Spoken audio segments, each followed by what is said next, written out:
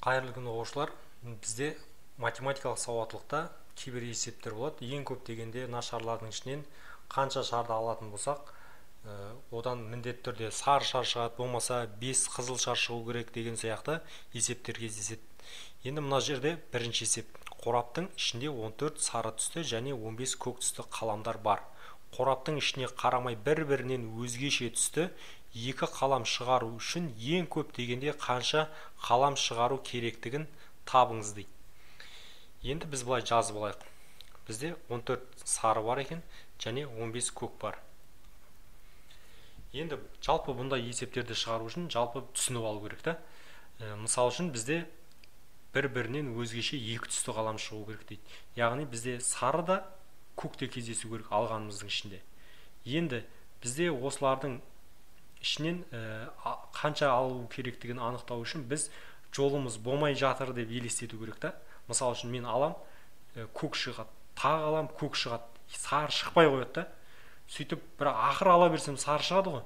Соға дейін алу керек та. Сөйтіп соның санын табу керек. Әйтеуір сол екеуінен де бір-бір түстен кемінде шығатындай болу үшін.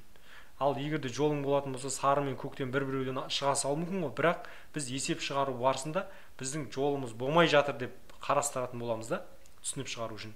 Болмаса оны былай қарастыруға болады.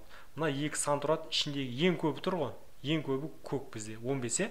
Осы көктің бәрін шығарып тастаймыз да. Бізге қажет болып тұрған бізде негізінен бір сары, бір көк. Алған шарымыздың ішінен осылар шықса болды. Осылардың барлығын орындамауға тырысамыз ғой. Яғни біз көк алдық па, сары шығармай қоямыз. Сары батырып па, көк шығармай қоюымыз керек. Енді біз бұлардың нақты жауабын табу үшін үлкеніне тоқталамыз. Үлкені 15. Барамызда 15 көкті алып тастаймыз. Яғни 29 шардың ішінен 15 көкті алып тастадық. Енді көк шар таусылады. Сонымен қандай да бір шарды алатын болса, ол міндетті түрде сары шар шығады. Яғни бір шар алсақ жеткілікті ары қарай. Сонда 16 шар. Яғни біз 16 шарды алатын болсақ, ішінде міндетті түрде бір көк немесе бір сары шар пайда болады екен. Келесі. Қорапта 6 көк шар және 11 сары шар бар. Қораптың ішіне қарамай 2 сары шар алу үшін ең көп дегенде неше шар алу керек? Енді жазып алайық бірінші. 6 көк бар дейді және 11 сары бар. Бұл да жаңағыдай алдындағы сияқты қарастыруға болады. Яғни алдағы уақытта шығару үшін біз былай істегеніміз жақсы болады. Бізде 2 сары шар шығу керек. Біз 2 сары шарды шығармай қоямыз ғой әдейі.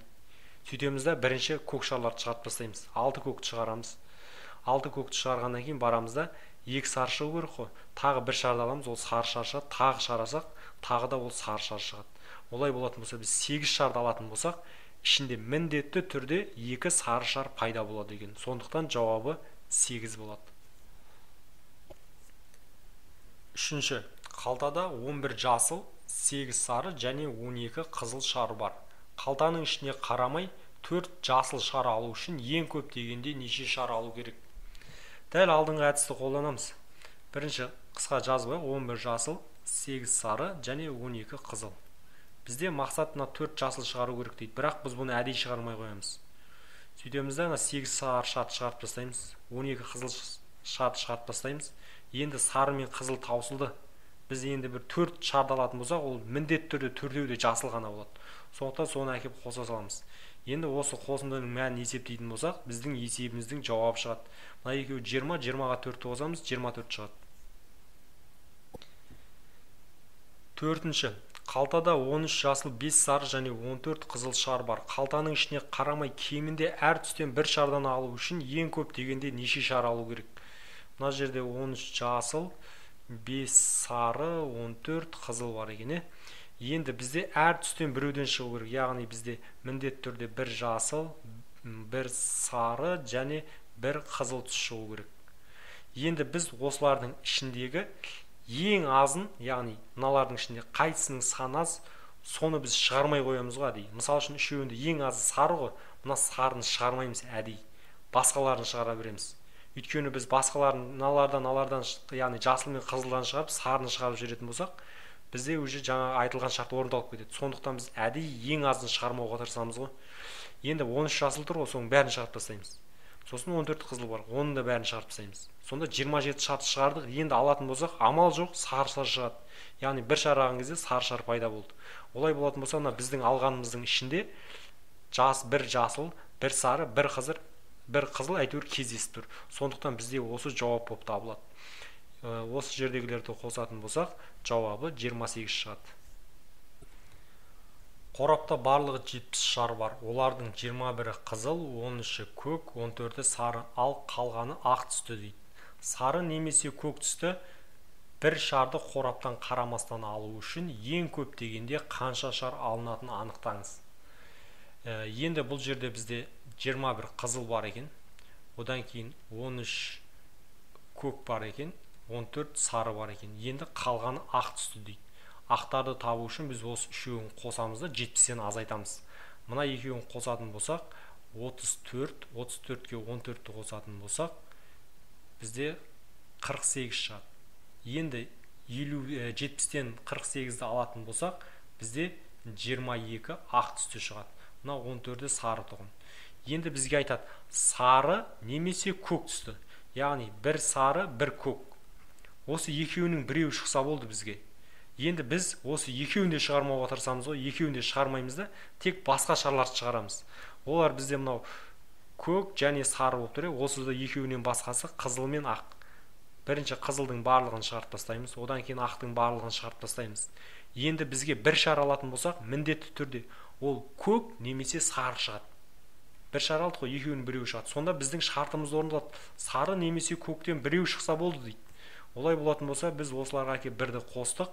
Сонда бізде мына мән есептің жауабы болады. Ол бізде 45-ке тең. 45 емес, шатасып отырмын, 44-ке тең болады екен. 6-шы. Қалтада 8 жасыл, 11 сары және 4 қызыл шар бар. Қалтаның ішіне қарамай, 2 бірдей түсті шар алу үшін ең көп дегенде неше шар алу керек? Енді берілгендерін жазып алайық. Бізде 8 жасыл бар екен. Одан кейін 11 сары және 4 қызыл бар екен. Енді шартында айтады бізге. Ішінде бізде алған шарымыздың ішінде 2 жасыл, немесе 2 сары, немесе 2 қызыл. Осылардың біреу болса болды, бізге жеткілікті дейді. Яғни біз мыналардың әр түстен 2 шарды шығармауымыз керек. Біреу шығаруға болады, бірақ екеу шығармаймыз. Жасылдан біз біреу аламыз. Екеу шығарсақ, есептің шартына өш сәйкес кеп қолайын деп тұр. Одан кейін сарыдан да біреу аламыз. Қызылдан да біреу аламыз. Біз 3 шарды алдық қой. Енді тағы да шар алатын болсақ, міндетті түрде олардың біреуі жасыл, сары, қызыл, үшеуінің біреуі шығады. Сөйтеді да бізде үшеуінің біреуінен 2 шар пайда болады. Сөйтеді да біздің есептің шартына сәйкес келеді да жауабы шығады. Яғни мына төртеуін қосатын болсақ, жауабы 4 шығады.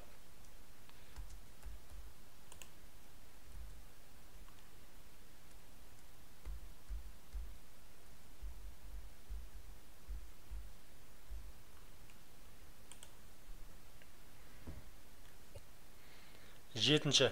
Қорапта сандары бірдей қызыл, жасыл, сары, көк түсті барлығы 100 асық бар. Қарамай алғанда ішінде сенімді түрде барлық түстен кем дегенде бір асықтан болу үшін ең аз дегенде неше асық алу керек екенін табыңыз.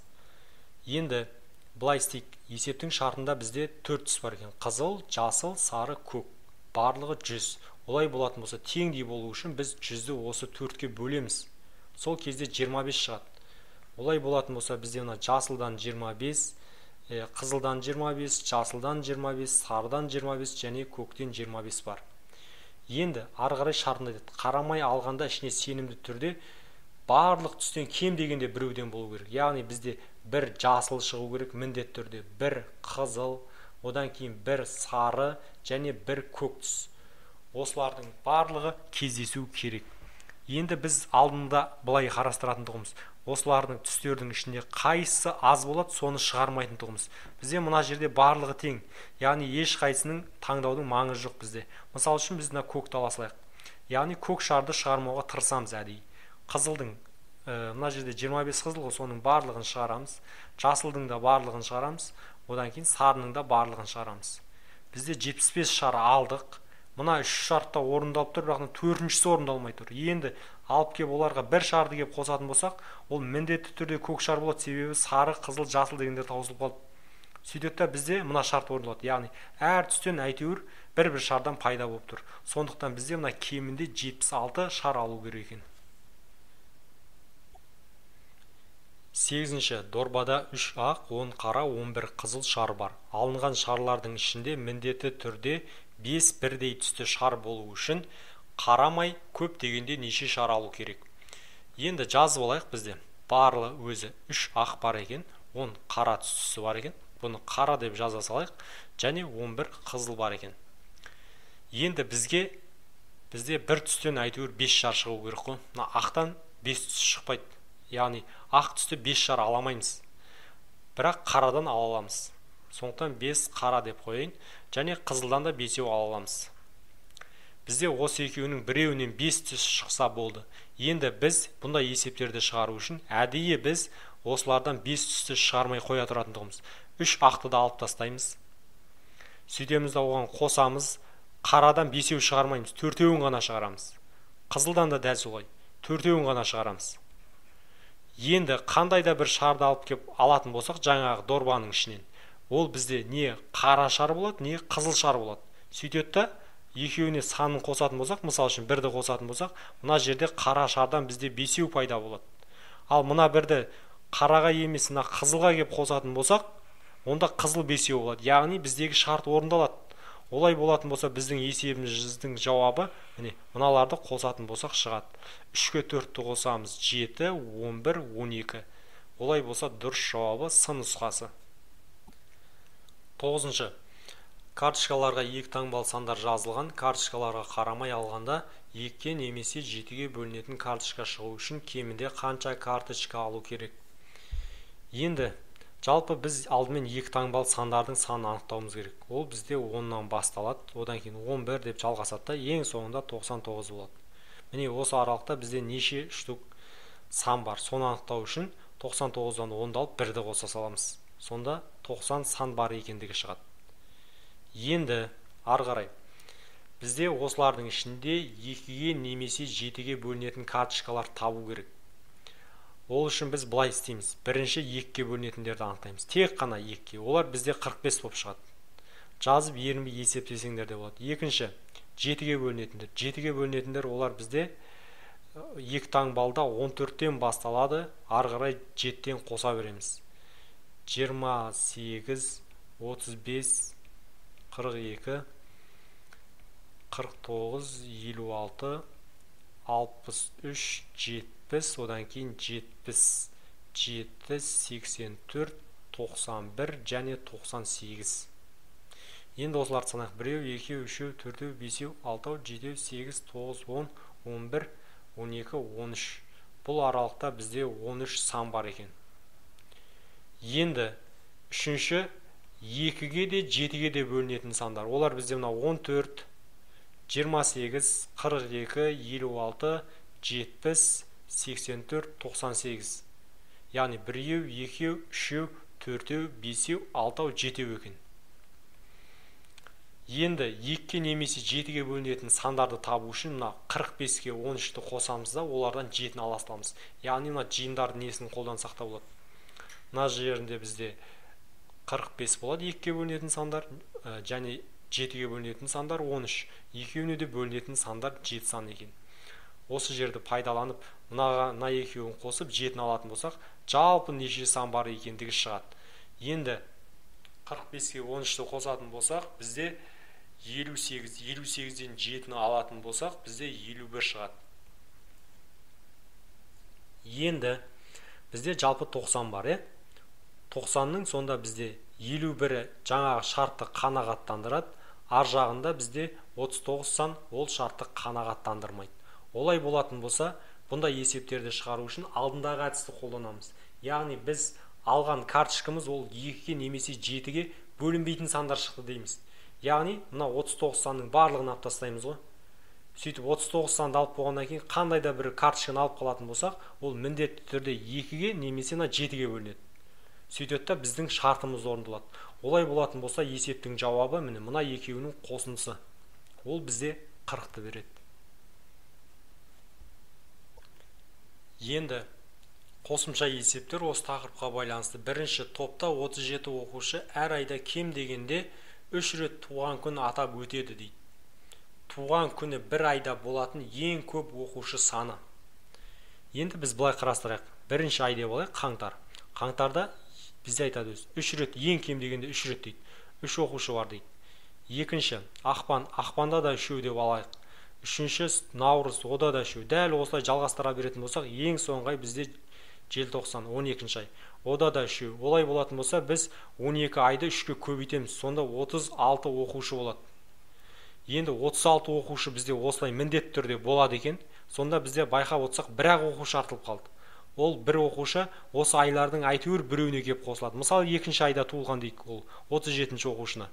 Олай болатын болса, міне, ең көп дегенде бір айда 4-ақ адамның туған күні атап өтілінеді екен. Сондықтан бізде дұрысы Д нұсқасы болады.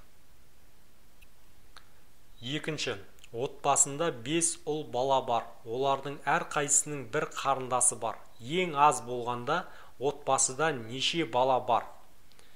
Жалпы, отбасыда 5 ұл бар екен. Енді олардың әр қайсының бір қарындасы бар дейді. Бір қарындасы болса, бір қыз бар деп елестетеміз. Енді осы қыз, мына бесеуінен де жастары кіші. Бесеуінен де жасы кіші болғандықтан ол біздегі бір қызымыз бесеуіне де қарындас болады. Сонда әр қайсында бір қарындастан болады да есептің шарты орындалады. Сонда бізде жалпы 5 ұл, бір қарындас, барлығы 6 бала бар екен. Үшінші есеп. Досыма қоңырау шалайын десем, соңғы 4 цифрын білгенмен орналасу ретін ұмытып қалдым.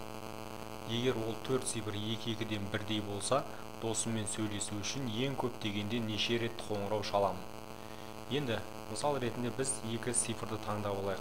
Мысал үшін біз ол қолданған соңғы цифрлар 1, 1, 2, 2. Яғни осы 4 цифр екенін біліп тұр, бірақ орналасу ретінен шатасып жатыр. Енді біз осылардың неше түрлі орналасуы мүмкін, соларды зерттейміз. Бірінші деп қойық. Бірінші дәл осы сан болуы мүмкін.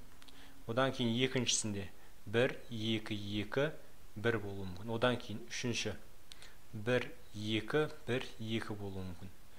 Одан кейін төртінші 2, 2, 1, 1. Одан кейін бесінші 2, 1, 1, 2. Алтыншы 2, 1, 2, 1. Яғни жауабы 6 болады екен.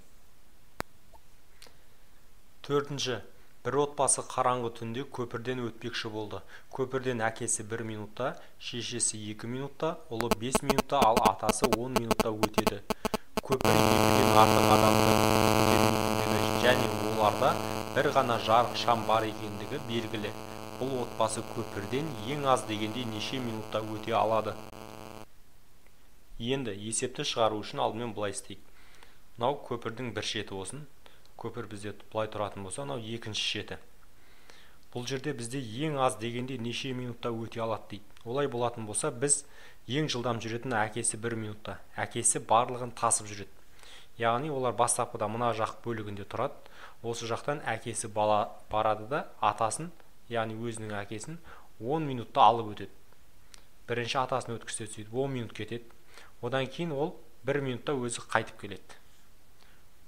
Оған қосамыз 1 минутты. Сонда атасын апарды, өзі қайтадан осы жаққа келді, соған 11 минут кетеді. Екінші ұлын апарады. Ұлын апаратын кезде оған 5 минутта апарады, мына жаққа қайтадан келеді. Олай болса оған 6 минут уақыт кетеді. Одан кейін баланың, яғни шешесін апарады. Оны алып баруға 2 минут уақыты кетеді. Сонда үшінші соған 2 минутты қосамыз. Бұл жерде артқа қайтудың қажеті жоқ. Сонымен төртеуі де көпірден өтеді. Енді осыларды қосамыз. Бұларды қосатын болсақ 11, 11-ге 6-ны қоссақ 17, 17-ге 2-ні қосатын болсақ 19 минут уақыт кетеді екен. Бесінші. Гандбол ойында 4 ойыншы әр түрлі гол салды. Олардың ішінде Марат ең аз гол салды. Ал қалған үшеуі 20 гол салған болса, Марат ең көп дегенде неше гол салуы мүмкін? Енді есепті шығару үшін Марат ең көп дегенде 6 гол салуы мүмкін деп вариант бойынша тексеріп көрейік. Енді Мараттікін 6 деп алайық. Одан кейінгісі одан міндетті түрде көп гол салады. яғни оныгін 7 деп қарастырайық. Одан кейінгісін 8, одан кейінгісін 9 деп қарастырайық. Міне мына үшеуін қосайық. Осы үшеуі бізде 20 шығу керек. Мына үшеуін қосатын болсақ, бізде 15, 26 асып кетті. Сондықтан бұндай жағдай болуы мүмкін емес. Сондықтан Е жауап жарамай деген. Келесі 5-ті аламыз. Марат 5 қол салса, одан кейінгісі 6, одан кейінгісін 7, одан кейінгісін 8 деп алайық. Енді мына үшеуін қосатын болсақ, бізде 13, 13-ке 8-ді қоссақ 21. Тағы да асып кетті. Сондықтан бұл да жауап жарамайды. Келесі 4-ті алайық. Марат 4-ті салса, одан кейінгісі 5, одан кейінгісі 6, одан кейінгісін 7 деп алайық. Мына үшеуін қосып көрейік. 11, 18. Алайда біз мынаны 9 дейтін болсақ, 20 шығады. Осындай жағдай болуы мүмкін. Олай болатын болса, ең көп дегенде Марат 4 гол салуы мүмкін екен. 6. Қағаз бетіне 5 түзу жүргізілді. Қағаз беті ең көп дегенде неше бөлікке бөлінетінін табыңыз. Енді қағаз беті ретінде мына 4 бұрышты алып қарастырайық. Оған енді түзулер жүргізіп көрейік. Бізде бірінші түзу бұлай болсын. Біреу кетті, екеу кетті осымен, міне. Енді ары қарай үшіншісін сызайық, үшіншісін бұлай сызайық. Одан кейінгісін төртіншісін осы үшеуінде қиып өтетін қылайық. Міне бұлай сызайық. Енді бесіншісі осы 5 түзуді де қиып өтетін деп сызуға тырысайық. Олай болса біз оны бұлай асақ болатын. Енді пайда болған бөліктерді санаймыз. Бізде міне біреу, екеу, үшеу, мынамен төртеу, бесеу, алтау, жетеу, 8, 9, 10, 11, 12, 13, 14, 15, 16 екен. Олай болатын болса, дұрыс жауабы С нұсқасы болады.